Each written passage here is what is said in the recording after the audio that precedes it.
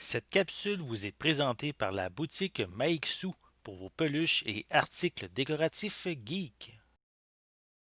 Bonjour, ici Elliot pour ciné-techno.com.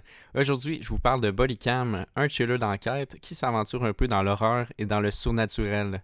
Réalisé par Malik Vittal, le long métrage est construit en compagnie de performances assurées par Mary J. Blige au rôle principal, suivi de Nat Wolff, David Zayas et Annika Noni Rose. Distribué par Paramount, le film est disponible en copie numérique sur iTunes depuis le 19 mai 2020 et nouvellement sur DVD depuis le 14 juillet dernier.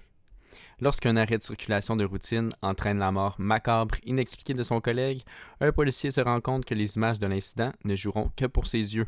Au fur et à mesure que les attaques montent, elle se précipite pour comprendre la force surnaturelle qui se cache derrière elle. Bodycam est un film qui avait envisagé plusieurs fois la sortie en salle et s'est finalement ramassé sur les plateformes numériques dans les derniers mois, et c'est parfaitement logique puisque ça ressemble justement à un petit film qui passerait une soirée à la télévision. J'ai quand même ressenti un peu le contraire dès le début.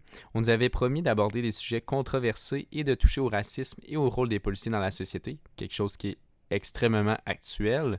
Et en plus de ça, on retrouve une Mary J. Blige qui n'est pas extraordinaire, mais qui reste d'une grande pertinence dans le rôle d'une policière qui retourne au travail après la mort de son fils.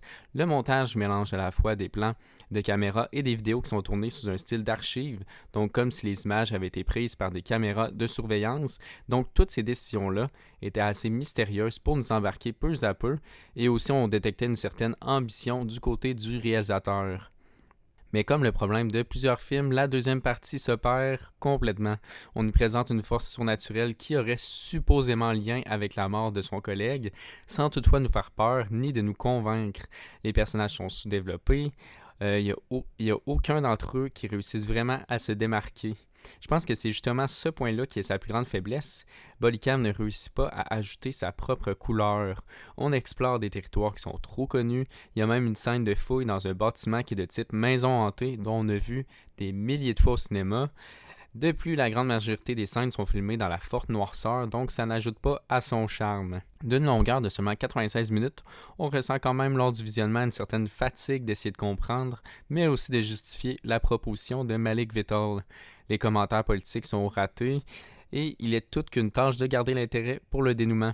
Au final, il n'y a rien de mémorable et il est difficile de pardonner le scénario hautain pâle qui ne rend pas justice au message désirant être véhiculé.